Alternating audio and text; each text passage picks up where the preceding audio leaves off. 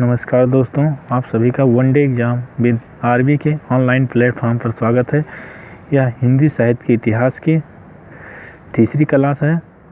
इसमें हम हिंदी साहित्य के इतिहास जानने के स्रोत के बारे में चर्चा करेंगे तथा महत्वपूर्ण तथ्यों को देखेंगे। अगर यह वीडियो आपको पसंद आए तो अपने दोस्तों के साथ ज़रूर शेयर करें। आइए फिर शुरू करते हैं आज की क्लास। हिंदी साहित्य का इतिहास जानने के स्रोत में आज हम अगले रचनाकार जो हैं आचार्य रामचंद्र शुक्ल के बारे में चर्चा करेंगे। इनका जन्म जो है 1884 ईस्वी में हुआ था, निधन 1941 ईस्वी। इनकी रचना कौन सी है? हिंदी साहित्य का इतिहास। इसका प्रकाशन वर्ष 1929 ईस्वी। प्रकाशक संस्था का क्या नाम है? नागरी प्रचारणी सभा, जो कि काशी में है। इसका पद्धति कौन सी है? इस पद्धति जो है विधेयवादी पद्धति में लिखा है। कुल रचना का 997, लगभग 1000। आचार्य रामचंद्र शुक्ल के ग्रंथ हिंदी साहित्य का इतिहास के संदर्भ में विशेष तथ्य है। अब आचार्य रामचंद्र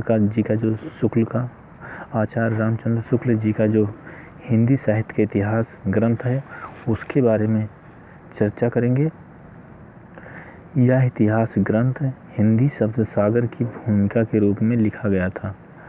हिंदी शब्द सागर की भूमिका शुक्ल जी ने हिंदी साहित्य का विकास नाम से लिखा।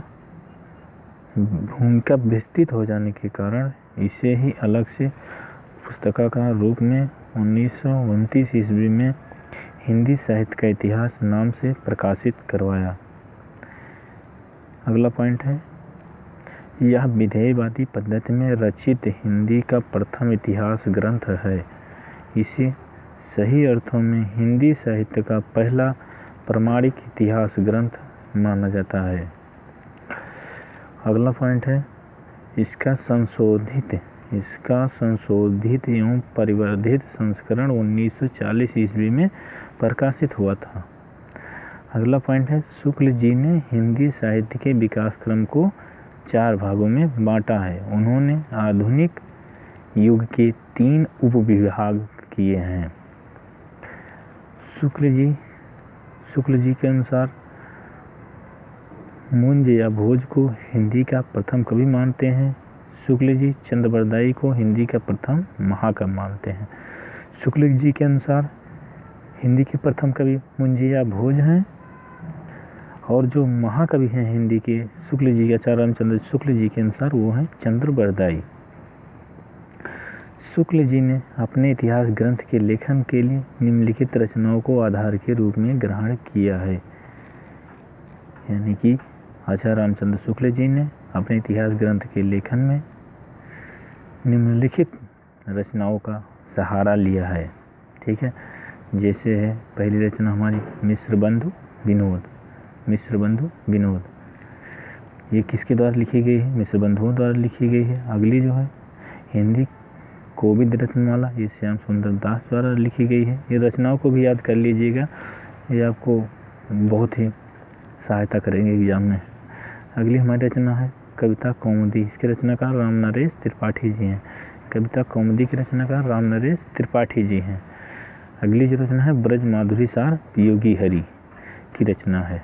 ठीक है दोस्तों, यानी कि जो आधार रूप में ग्रहण किया है हिंदी साहित्य इतिहास लेखन में आचार्य रामचंद्र शुक्ल के द्वारा इन 4 कविताओं का सहारा लिया गया है इस इतिहास ग्रंथ में। अगला पॉइंट है विशेषताएं में हिंदी साहित्य इतिहास की। आचार्य रामचंद्र शुक्ल के इस इतिहास ग्रंथ में कवियों और रचनाकारों की संख्या के स्थान पर उनके साहित्यिक महत्व को स्वीकार किया गया है। अगला पॉइंट है शुक्ल जी के इतिहास ग्रंथ का आरंभ सिद्धों की बाड़ियों से हुआ है। ये भी क्वेश्चन बन सकता है। शुक्ल जी के इतिहास ग्रंथ का आरंभ किससे हुआ है? सिद्धों की बाड़ियों से हुआ है। अगला पॉइंट है इतिहास ग्रंथ में कवियों लेखकों की रचना शैली का वैज्ञानिक विश्लेषण किया गया है। इस इतिहास ग्रंथ में प्रत्येक काल शाखा की सामान्य प्रवृत्तियों का वर्णन करने के बाद प्रमुख कवियों का वर्णन भी किया गया है। शेष कवियों को फुटकल श्रेणी में रखा गया है। कवियों एवं उनके काव्य के मूल्यांकन के समालोचन दृष्टिकोण अपनाया गया है। कवियों का जो मूल्यांकन किया गया है उसमें समालोचनात्मक दृष्टिकोण को अपनाया गया है। अगले जो हमारे रचनाकार हैं वो हैं डॉक्टर रामकुमार वर्मा जी। इनका साहित्य इतिहास जानने के स्रोत में कौन सा ग्रंथ है? इनका है हिंदी साहित्य का आलोचनात्मक इतिहास, प्रकाशन वर्ष 1938 ईस्वी। डॉक्टर रामकुमार वर्मा के द्वारा लिखा गया हिंदी साहित्य का इतिहास कौन सा है? तो इनके द्वारा लिखा गया हिंदी साहित्य का आलोचनात्मक इतिहास है। ठीक है दोस्तों, प्रकाशन वर्ष 1938 ईस्वी। पद्धति आलोचनात्मक पद्धति। डॉक्टर रामकुमार वर्मा के इतिहास ग्रंथ की विशेषताएं। यह इतिहास ग्रंथ नागपुर विश्वविद्यालय के लिए शोध प्रबंध के रूप में लिखा गया था। नागपुर विश्वविद्यालय ने इन्हें 1940 ईस्वी में डायरेक्टर की उपाधि प्रदान की। यह अधूरा इतिहास ग्रंथ है। इसमें 993 ईस्वी से 1693 ईस्वी तक का ही वर्णन अर्थात आदिकाल से ले भक्तिकाल तक ही है। डॉक्टर रामकुमार वर्मा ने स्वयंभू को हिंदी का प्रथम कवि माना है। ठीक है दोस्तों, जैसे सभी कवियों ने अलग अलग व्यक्तियों को, अलग अलग रचनाकारों को अपना प्रथम कवि माना है। जैसे डॉक्टर रामकुमार वर्मा के अनुसार स्वयंभू जी हैं, आचार्य हजारी प्रसाद द्विवेदी जी। अगले जो हमारे रचनाकार है वो हैं आचार्य हजारी प्रसाद द्विवेदी जी। इनकी रचना कौन सी है? इनकी रचनाएं हैं हिंदी साहित्य की भूमिका 1940 ईस्वी, हिंदी साहित्य उद्भव और विकास 1952 ईस्वी, हिंदी साहित्य का आदिकाल ये है 1953 ईस्वी। आचार्य हजारी प्रसाद द्विवेदी के संदर्भ में विशेष तथ्य।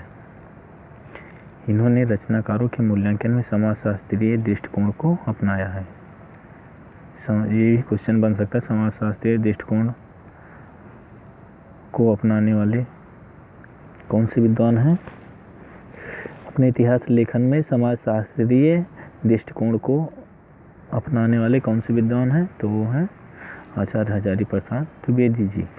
इन्होंने हिंदी साहित्य के विकास क्रम को 4 युगों में बांटा है तथा शुक्ल जी के वीरगाथा काल को जोर देकर आदिकाल कहा है। ये एक पॉइंट एक ही क्वेश्चन के बराबर है दोस्तों। इन्होंने आदिकाल को अत्यधिक व्याघातों एवं विरोधों का युग कहा है। ये भी क्वेश्चन बन सकता है, आदिकाल को अत्यधिक व्याघातों एवं विरोधों का युग किसने कहा है? तो ये हजारी प्रसाद द्विवेदी जी ने कहा है। इन्होंने भक्ति आंदोलन को भारत की सांस्कृतिक चेतना के विकास का परिणाम माना है तथा भक्तिकाल को एक नई दुनिया कहा है।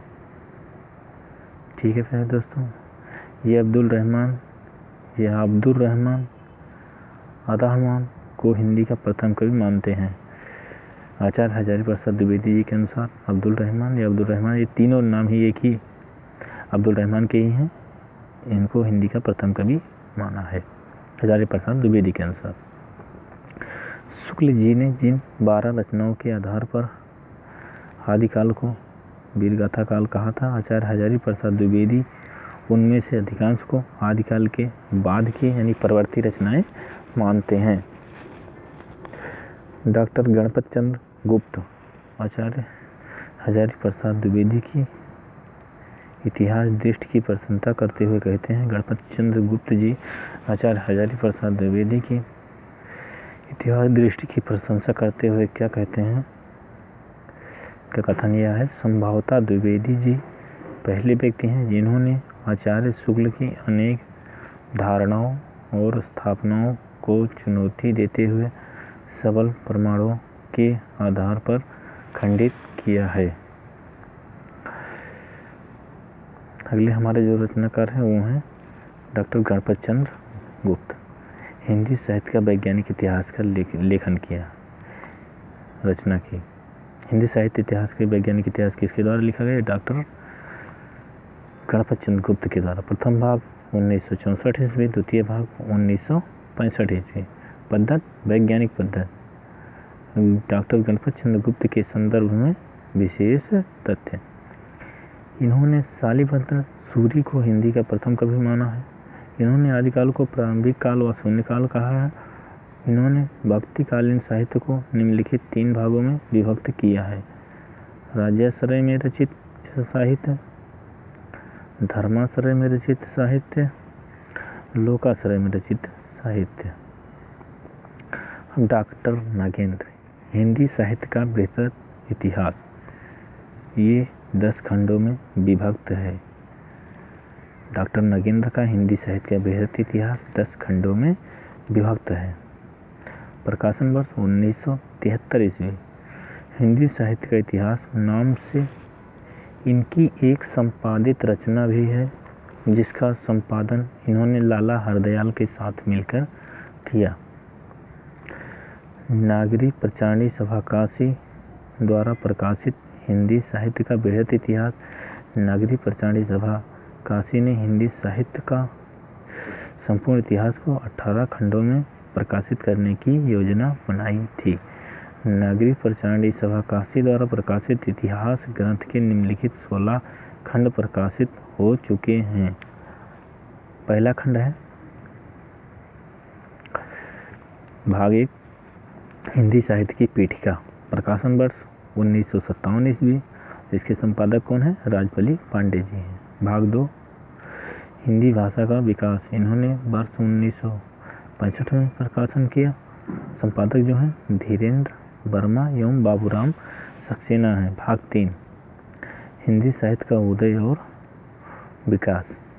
प्रकाशन वर्ष 1983 ईस्वी। संपादक कौन है? पंडित करुणापत त्रिपाठी, भोला शंकर व्यास, डॉक्टर वसुदेव सिंह। भाग 4, भक्तिकाल। प्रकाशन वर्ष 1968 ईस्वी। संपादक आचार्य परशुराम चतुर्वेदी। भाग 5, भक्तिकाल सगुण भक्ति। ये निर्गुण भक्ति थी भाग 4 में, इसमें भाग 5 में सगुण भक्ति के बारे में बताया गया है। काल भक्तिकाल ही है। प्रकाशन वर्ष 1974 ईस्वी। संपादक दीनदयाल गुप्त, विजयनंद्र स्नातक, देवेंद्र नाथ शर्मा। भाग 6 जो है रीतिकाल में रीतबद्ध कवियों का वर्णन किया गया है। प्रकाशन वर्ष 1958 ईस्वी। संपादक कौन है? डॉक्टर नगेंद्र। भाग 7, रीतिकाल में रीत मुक्त कवियों का वर्णन है। प्रकाशन वर्ष 1972 ईस्वी। संपादक डॉक्टर भगीरथ मिश्र। भाग 8, हिंदी साहित्य का अभ्युत्थान भारतेंदु काल। प्रकाशन वर्ष 1972 ईस्वी। संपादक डॉक्टर विनय मोहन शर्मा। भाग 9, प्रकाशन वर्ष 1977 ईस्वी। हिंदी साहित्य का परिष्कार द्विवेदी काल। प्रकाशक कौन है? सुधाकर पांडे जी हैं। भाग 10, हिंदी साहित्य का उत्कर्ष, जिसे छायावाद भी काव्य के नाम से जानते हैं। इसका प्रकाशन वर्ष 1971 ईस्वी है। संपादक जो है डॉक्टर नगेंद्र, शिव प्रसाद मिश्र, रामेश्वर शुक्ल, अचल हैं। भाग 11 पे हिंदी साहित्य का उत्कर्ष, छायावाद नाटक। प्रकाशन वर्ष 1972 ईस्वी। और इसके संपादक कौन है? डॉक्टर सवित्री सिन्हा, डॉक्टर दशरथ ओझा, लक्ष्मी नारायण लाल। भाग 12, हिंदी साहित्य का उत्कर्ष, कथा साहित्य। इसमें कथा साहित्य के बारे में चर्चा की गई। हिंदी साहित्य का उत्कर्ष में प्रकाशन वर्ष 1984 ईस्वी। संपादक निर्मला जैन, अमृतलाल नागर, कल्याणमल लोढ़ा। भाग 13, हिंदी साहित्य का समालोचन, निबंध एवं पत्रकारिता के बारे में लिखा गया है। प्रकाशन वर्ष 1965 ईस्वी। संपादक लक्ष्मी नारायण सुधांशु जी हैं। भाग 14, भाग 14 में हम देखते हैं हिंदी साहित्य का अद्यतन काल। हिंदी साहित्य का अद्यतन काल, प्रकाशन वर्ष 1970 ईस्वी। संपादक हरबंश लाल शर्मा जी हैं, कैलाश चंद्र भाटिया जी हैं। भाग 15 अंतर भारतीय साहित्य, प्रकाशन वर्ष 1979 ईस्वी। संपादक डॉक्टर नगेंद्र। भाग 16 हिंदी साहित्य का लोक साहित्य, प्रकाशन वर्ष 1660 ईस्वी। संपादक कौन है? राहुल संस्कृत्यायन कृष्णदेव उपाध्याय। हिंदी साहित्य के इतिहास से संबंधित अन्य रचनाएं। हिंदी साहित्य इतिहास से संबंधित अन्य रचनाएं। पहली रचना है हिंदी काव्यधारा, ये किसके द्वारा लिखी गई? राहुल संस्कृत्यायन के द्वारा। दूसरी है हिंदी वीर काव्य, ये टीकम सिंह तोमर की रचना है। अगली है हिंदी भाषा और साहित्य का इतिहास, ये आचार्य चतुरसेन शास्त्री की रचना है। अगला है हिंदी साहित्य का सुबोध इतिहास, ये किसकी रचना है? ये है बाबू गुलाब राय की रचना। अगली जो हमारी रचना है वो है हिंदी साहित्य के विकास की रूपरेखा, ये रामावत द्विवेदी की रचना है। इतिहास और आलोचना, ये डॉक्टर नामवर सिंह की रचना है। हिंदी साहित्य का अतीत, भाग 1 1959 ईस्वी। भाग 2 1960 ईस्वी में प्रकाशित हुआ। ये आचार्य विश्वनाथ प्रसाद की रचना है। अगला है हिंदी साहित्य का इतिहास दर्शन, किसका है? ये नलिन बिलोचन शर्मा का है। हिंदी साहित्य अनुशीलन, ये डॉक्टर सत्यकाम वर्मा जी का है। आधुनिक साहित्य की प्रवृत्तियाँ, ये डॉक्टर नामवर सिंह का है। हिंदी साहित्य भाग 1 1959 ईस्वी। भाग 2 1962 ईस्वी। भाग 3 1969 ईस्वी। हिंदी साहित्य जो है 3 भागों में प्रकाशित हुआ था तथा इसके जो संपादक हैं डॉक्टर धीरेन्द्र वर्मा, डॉक्टर ब्रजेश्वर वर्मा जी हैं। अगली जो है रचना है हिंदी काव्य की सामाजिक भूमिका, ये किसकी रचना है? शंभुनाथ सिंह की रचना है। हिंदी साहित्य का विवेचनात्मक इतिहास, हिंदी साहित्य का विवेचनात्मक इतिहास, ये राजनाथ शर्मा की रचना है। अगली है हिंदी साहित्य का नया इतिहास, ये राम खिलावन पांडे की रचना है। अगला है हिंदी साहित्य ऐतिहासिक समीक्षा, ये पद्म लाल पुन्नालाल बख्शी की रचना है। हिंदी साहित्य ऐतिहासिक समीक्षा, ये पद्म लाल पुन्नालाल बख्शी की रचना है। अगला है हिंदी साहित्य का इतिहास, ये सुमन राजे की रचना है। हिंदी साहित्य का आधा इतिहास, ये भी सुमन राजे की है। साहित्य इतिहास संरचना एवं स्वरूप, ये भी सुमन राजे की ही रचना है। साहित्य और इतिहास दृष्टि, डॉक्टर मैनेजर पांडे की रचना है। हिंदी साहित्य के समीक्षात्मक इतिहास, वासुदेव सिंह की रचना है। हिंदी साहित्य और संवेदना का विकास, रामस्वरूप चतुर्वेदी की रचना है। भारतीय इतिहास की समस्याएं, ये रामविलासन शर्मा की रचना है। हिंदी साहित्य का वृत्तिपरक इतिहास, ये सभापति मिश्र जी का है। हिंदी साहित्य का दूसरा इतिहास डॉक्टर बच्चन सिंह का है। हिंदी साहित्य का दूसरा इतिहास डॉक्टर बच्चन सिंह का है। हिंदी साहित्य का ओझल नारी इतिहास, नीरजा माधव की रचना है। ये स्केच ऑन हिंदी लिटरेचर, ये है एडविन ग्रीस की रचना। अगला है मॉडर्न हिंदी लिटरेचर, ये इंद्रनाथ मदान की रचना है। ये हिस्ट्री ऑफ हिंदी लिटरेचर, ये फ्रैंक हॉर्नेस्ट की रचना है। काल विभाजन की आवश्यकता क्यों? यानी जो काल विभाजन किया गया हिंदी साहित्य में, उसकी आवश्यकता क्यों पड़ी? किसी वस्तु साहित्य की प्रवृत्ति आदि का ठीक ठाक ज्ञान कराने, सहज बनाने के लिए उसे खंडों में उपखंडों में बांट दिया जाता है। नंबर 2 है साहित्य की विभिन्न प्रवृत्तियों एवं दिशा परिवर्तनों का ज्ञान कराने के लिए भी काल विभाजन आवश्यक है। साहित्य की परंपराओं के उत्थान पतन को दिखाने हेतु काल विभाजन किया जाता है। अध्ययन की सुविधा के लिए काल विभाजन किया जाता है। साहित्य में अंतर्निहित चेतना के कर्मिक विकास को दिखाने हेतु काल विभाजन किया जाता है। युग चेतना को दिखाने हेतु भी काल विभाजन किया जाता है। साहित्य के काल विभाजन के संबंध में विद्वानों के मत। चॉम्स्की सैंडर्स का क्या है मत? काल विभाजन का उद्देश्य इतिहास को एक प्रक्रिया के रूप में, एक अवयविक विकासात्मक वस्तु के रूप में देखना है। नलिनी लोचन शर्मा, युग का काल विभाजन ऐतिहासिक ज्ञान के प्रमुख साधनों में से है और उसके बिना काम नहीं चल सकता। अगला है जो मुक्तिबोध जी का है। मुक्तिबोध, प्रत्येक युग अपनी सामाजिक ऐतिहासिक स्थिति की अनुभूति आवश्यकता के अनुसार अपना साहित्य निर्माण किया करता है।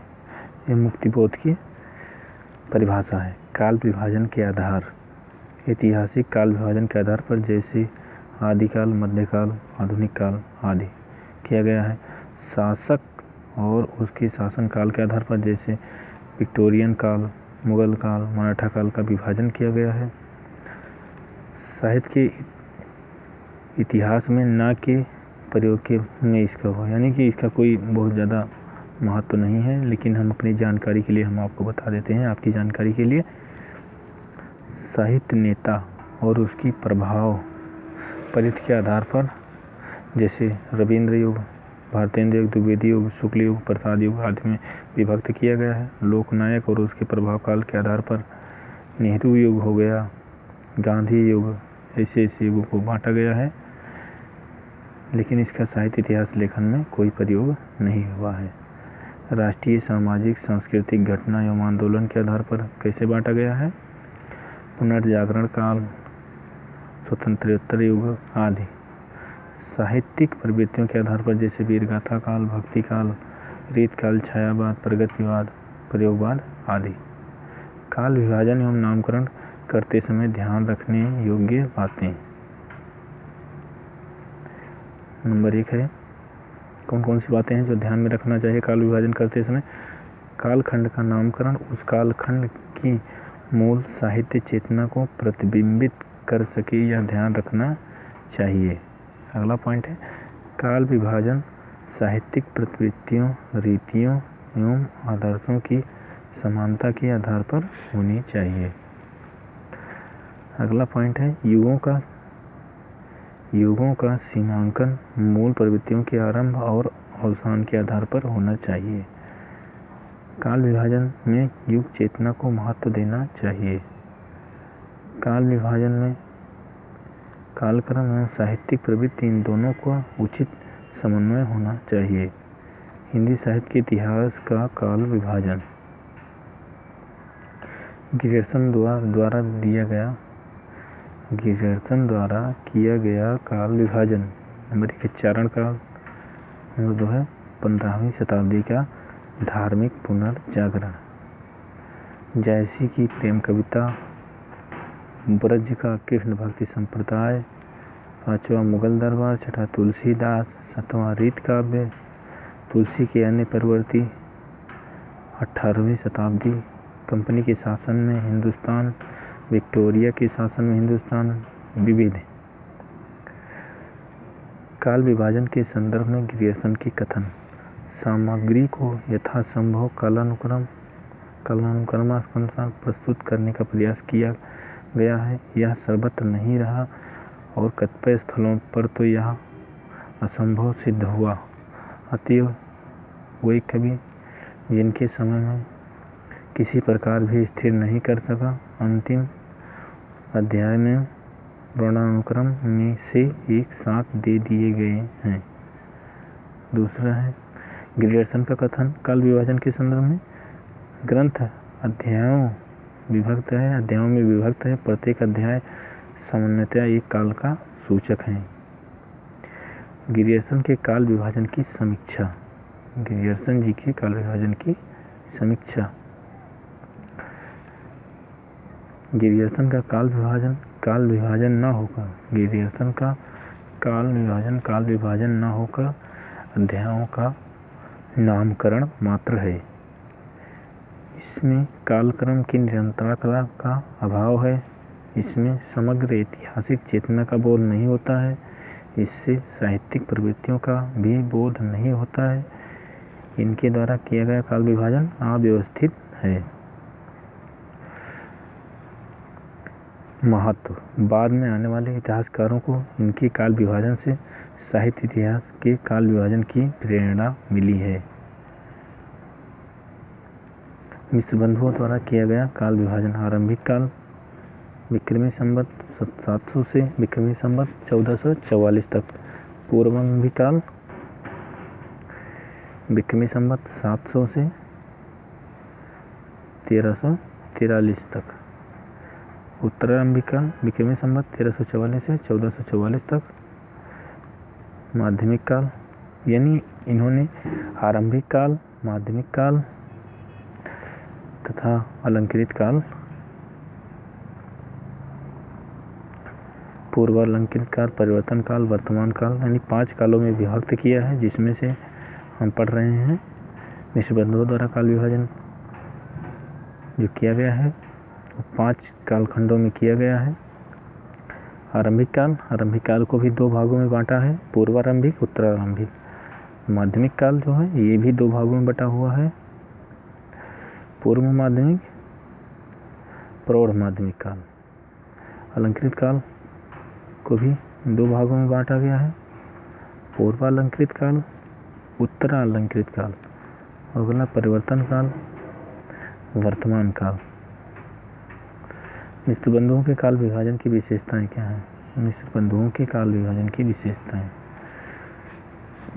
मिश्र बंधुओं द्वारा किया गया काल विभाजन गिरियर्सन द्वारा किए गए काल विभाजन की अपेक्षा प्रौढ़ है, किंतु इसे निम्नलिखित 2 कारणों से स्वीकार नहीं किया जा सकता है।